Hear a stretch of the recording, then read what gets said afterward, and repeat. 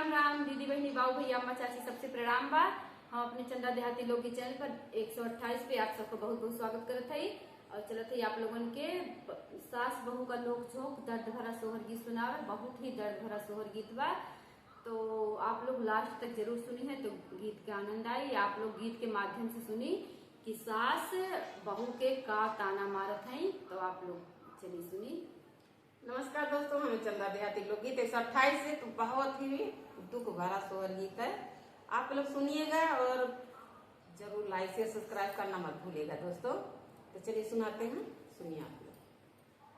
मचिया ही बैठी है बहुअर लंबी लंबी किस जान लंबी लंबी किस जा रहे हो। मचिया ही बैठी है बहुअर लंबी लंबी किस जा रहे लंबी लंबी किस जा रहे हो।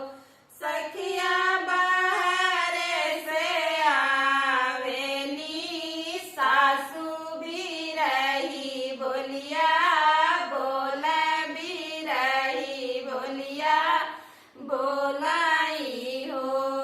सखिया बाहर से आवेली सासू भी रही बोलिया बोल भी रही बोलिया बोलाई हो। का तू ही बहुआ बढ़ती जनम के बाझिनी जनम के बाझिनी हो। ए बाझिनी काटी देती हूँ लंबी लंबी केस गंगा में बहाई देती हूँ गंगा में बहाई देती हूँ। ए बाझिनी काटी देती हूँ लंबी लंबी केस गंगा में बहाई देती हूँ गंगा में बहाई देती हूँ।